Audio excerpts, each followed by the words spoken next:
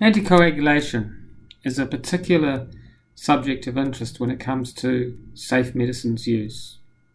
We often anticoagulate in various types of thrombosis. And in University Hospital Galway, the two main popular anticoagulants are low molecular weight heparin and direct oral anticoagulants. Prescribing should always be done with extreme caution.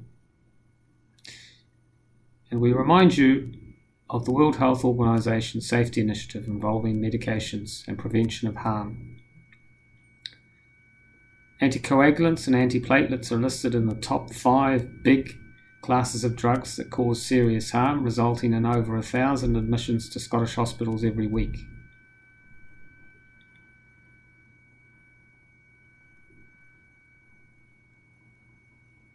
There is extensive decision support when it comes to DVT prophylaxis on your drug chart. We have highlighted the bottom of the chart where the dosage of enoxaparin is determined based on two main considerations. They would be weight and renal function. So if the patient's less than 50 kilograms, we recommend a dosage reduction from 40 milligrams to 20 milligrams. And if their estimated creatinine clearance is less than 30 mils a minute, then they should receive no more than 20 milligrams prophylactically once a day.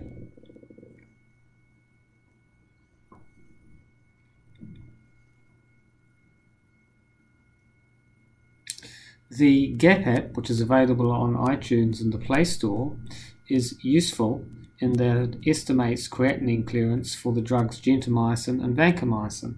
This creatinine clearance estimate can also be used when prescribing DOACs.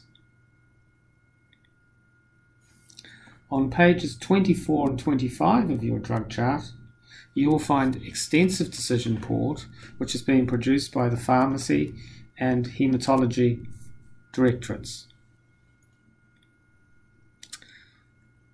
Notice the sections.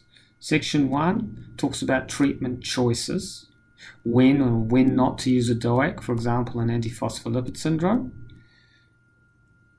how to consider renal impairment when dosing low molecular weight heparin, atrial fibrillation, drugs of choice and doses, the treatment of DVT or PE, drugs and loading and maintenance doses, switching, and finally a drug interaction table which is generically designed for all DOACs.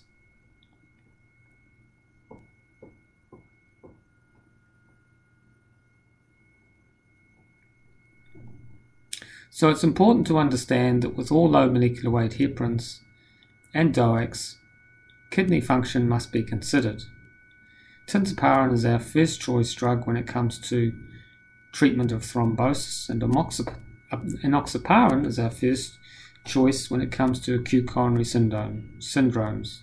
With enoxaparin and a creatinine clearance of less than 30, a dosage reduction to a maximum of 1 milligram per kilogram once daily is required, irrespective of indication.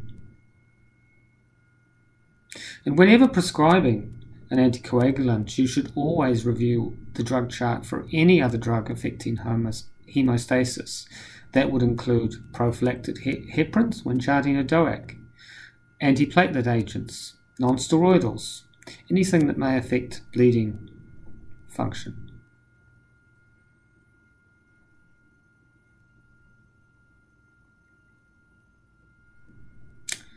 As far as atrial fibrillation is concerned, we provide dosage guidelines with the considerations of serum creatinine, creatinine clearance, age and weight, for example, with apixaban, and many more advice for DOACs.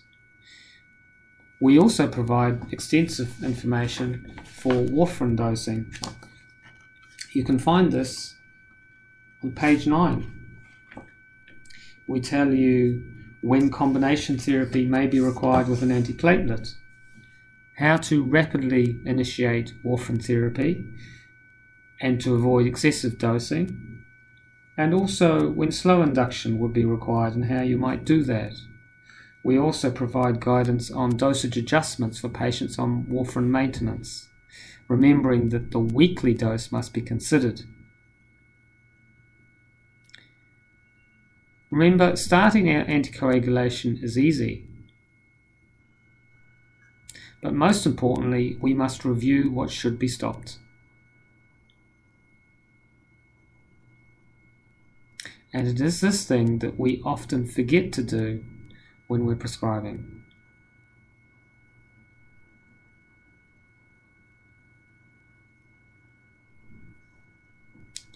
EGFR, remember, may not be